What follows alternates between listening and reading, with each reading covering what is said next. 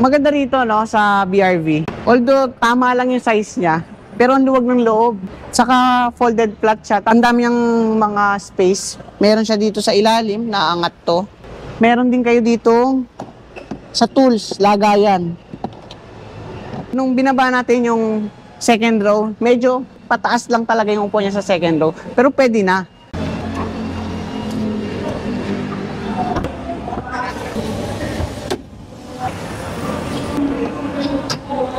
Yung hood netong BRV medyo may kabigatan.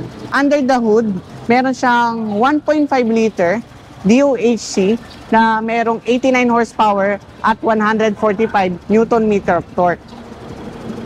Ang maganda pa rito, meron na rin siya ditong cover para sa ventilation ng engine.